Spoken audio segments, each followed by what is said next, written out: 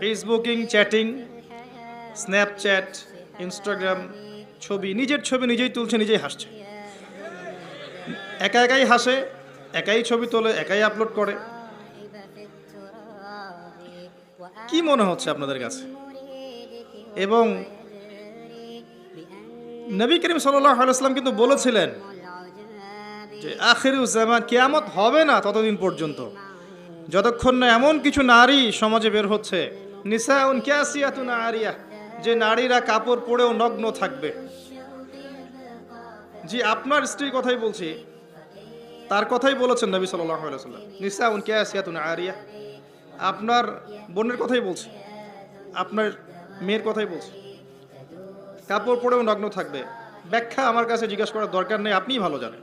মহিলাতুন মামেলাত, নিজেও আকৃষ্ট হবে, অন্যকে আকৃষ্ট করবে। আল্লাহ রসুল বলছেন এরা জান্নাতের গন্ধ কখনো পাবে না, যদিও বা জান্নাতের গন্ধ 40 বছরের দূরত্ব থেকে পাওয়া যাবে। জীবনের উদ্দেশ্য জানে না তারা।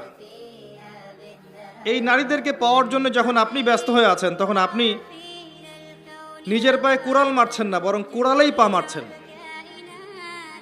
এদেরকে পাওয়ার জন্য আপনি যখন ব্যস্ত হয়ে আছেন, তখন আপনি কুড়ালে পা মারছেন, নিজের পায়ে কুড়াল মারছেন না।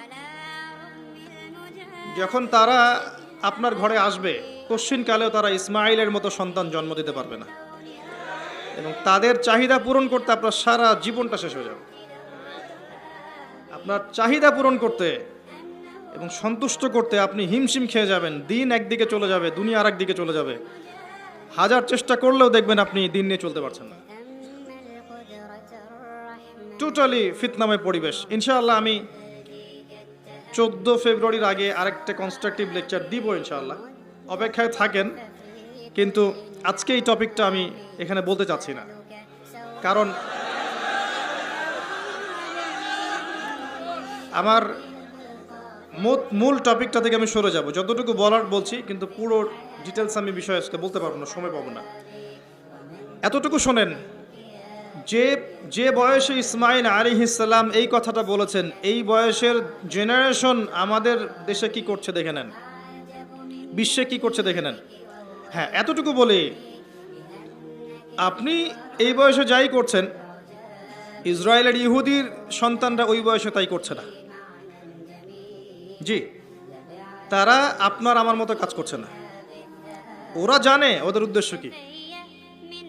ওরা আমাদেরকে আমাদের উদ্দেশ্য থেকে সরিয়ে দিয়েছে, কিন্তু ওরা জানে ওদের উদ্দেশ্য কি। ওরা চায় বিশ্ব শাসন করতে, এবং তারা সেটা করে দেখাচ্ছে। আর আমরা তো জানি না যে আমরা একটা সিংহের জাতি, বীরের জাতি। সারা বিশ্ব আমরা দাপিয়ে বেরিয়েছি এক সময়, শতাব্দীর পর শতাব্দী। এটা আমাদের যুব সমাজ জানেই না।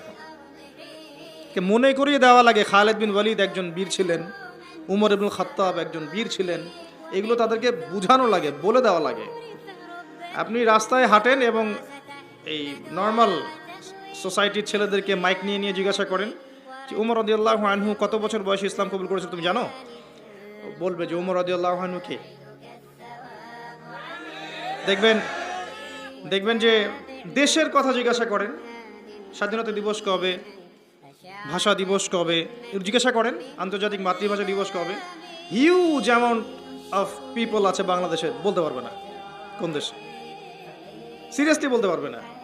ইংলিশ মিডিয়াম ব্যাকগ্রাউন্ডের প্রচুর সন্তান আছে, আর এটা আমার চেয়ে ভালো আপনি জানেন না, আমরা এই ব্যাকগ্রাউন্ড থেকে উঠে আসছি।